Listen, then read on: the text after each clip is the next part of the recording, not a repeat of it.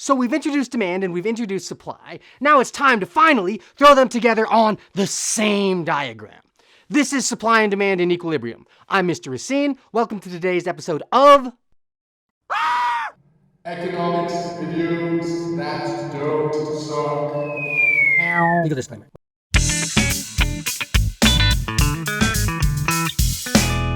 As an example for this model, let's take a look at Pie Town, a city with hundreds of pizza restaurants and hundreds of pizza eaters.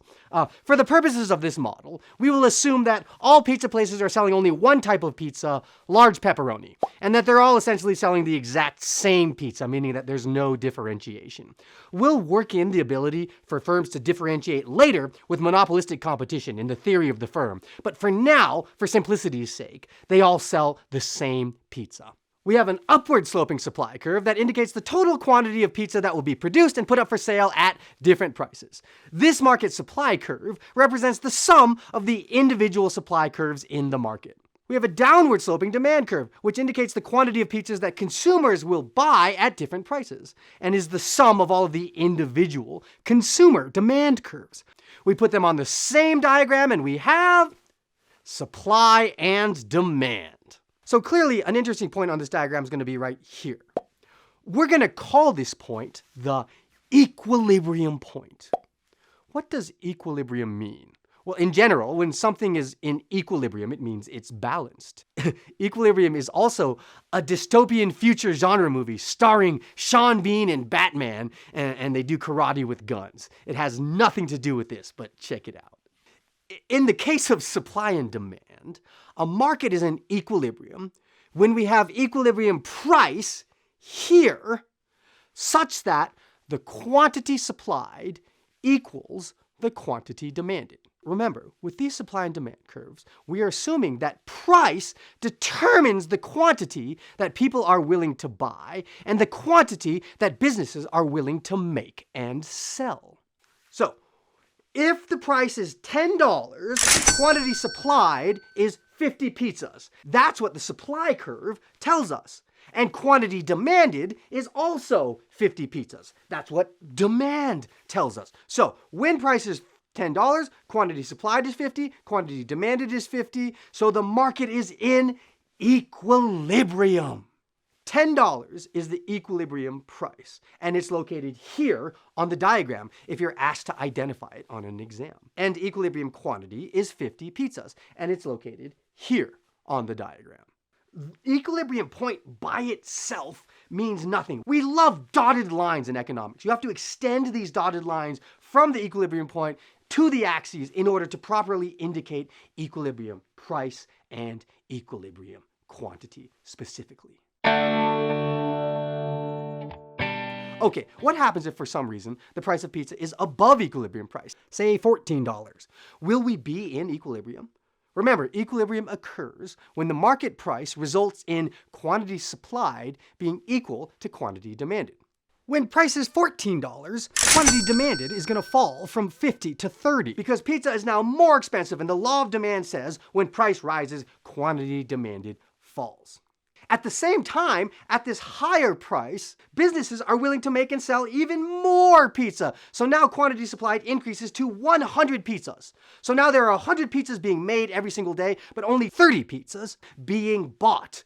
There's too much pizza being made. When quantity supplied exceeds quantity demanded, we call this a surplus. What should we expect to see happen as businesses see pizza inventories piling up and nobody is buying their pizza?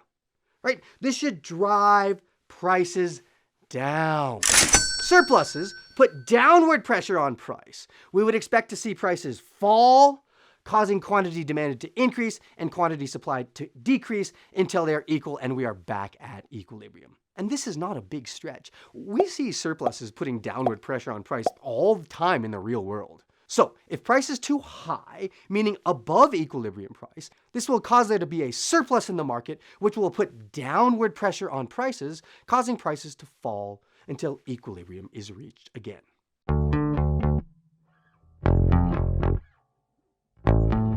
What if for some reason price is below equilibrium price, let's say $6? Well, at this low price, quantity demanded of pizza is going to be high, 80 pizzas per day, and firms are going to be much less willing to produce and sell pizza, and quantity supplied falls to only 10 pizzas per day. In this case, with price below equilibrium price, quantity demanded exceeds quantity supplied.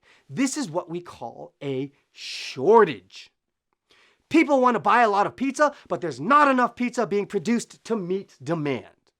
We expect shortages to drive prices up. This happens all the time in the real world as well.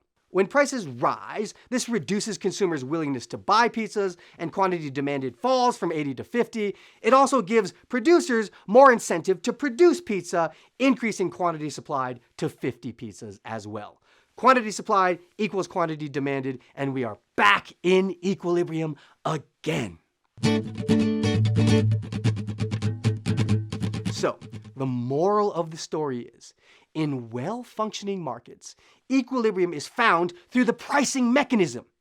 If price is too high, surpluses will put downward pressure on price, and when prices fall, this will send a signal to producers to reduce their production and give incentive for consumers to buy more until equilibrium is regained. If price is too low, shortages will put upward pressure on price, giving producers incentive to produce more and causing consumers to decrease quantity demanded until equilibrium is regained. Next time, we'll take a look at what happens to price and quantity when there's a change to a non-price determinant of supply and demand, causing supply or demand to shift. See you then.